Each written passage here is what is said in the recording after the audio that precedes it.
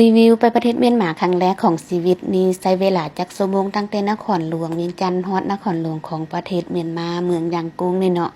ขึ้นยนต์8 โมงแลงอยู่นครหลวงเวียงจันทน์ในขณะที่ขี่ยนต์นี่เนาะมีเรื่องที่บ่คาดคิดเกิดขึ้นคุณนาตุกจือเลยคิดว่าตัวเองจะบ่มีชีวิตอยู่แล้วแล้วคลิปหน้าจะเล่าให้ฟังพอดีฮอดเมืองอันยางกุ้งนี่10 โมง 10 นาทีนี่แหละนอนอยู่หันตื่นเช้ามาตั้งแต่5 โมงซื้อปิยนต์ต่อ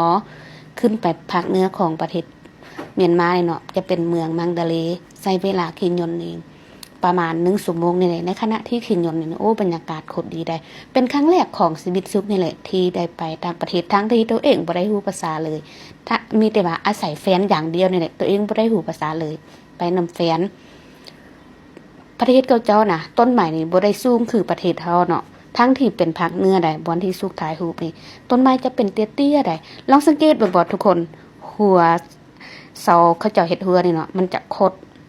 บ่ได้คือบ้านเฮาได้